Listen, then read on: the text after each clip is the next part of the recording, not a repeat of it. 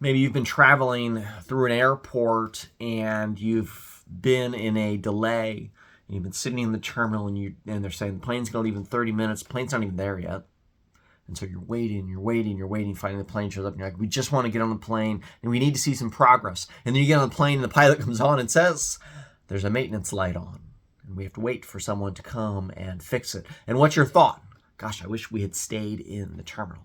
We all do this. We make progress and then we look back and we say, gosh, things were so easy. We forget the struggles in a previous place and we compare. And then what happens? We grumble. We complain. And that's what the Israelites were doing. The Israelites have been in slavery for centuries in Egypt, and they get they're released through these dramatic experiences of God's power. And the people are set free. And then they're in the wilderness, and what happens? They go, gosh, wasn't it great back in Egypt? And you just want to say, no, it was terrible. You were in slavery. But they're in the wilderness, and it's barren, and it's arid, and they're hungry, and they're thirsty, and they complain. And they wonder, did God lead us out here so that we might perish?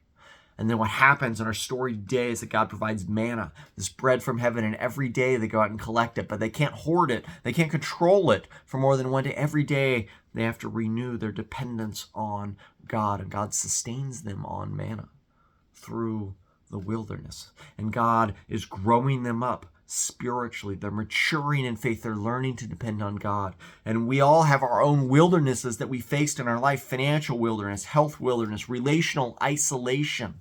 We deal with all sorts of wilderness experiences. And what God teaches us throughout Scripture, through the Israelites, through David, through Paul, through Naomi, through Jesus, is that if we learn to daily depend on God, that God will sustain us through every wilderness we face, and ultimately death, which is the ultimate wilderness. And God says in Jesus Christ, I will lead you through that.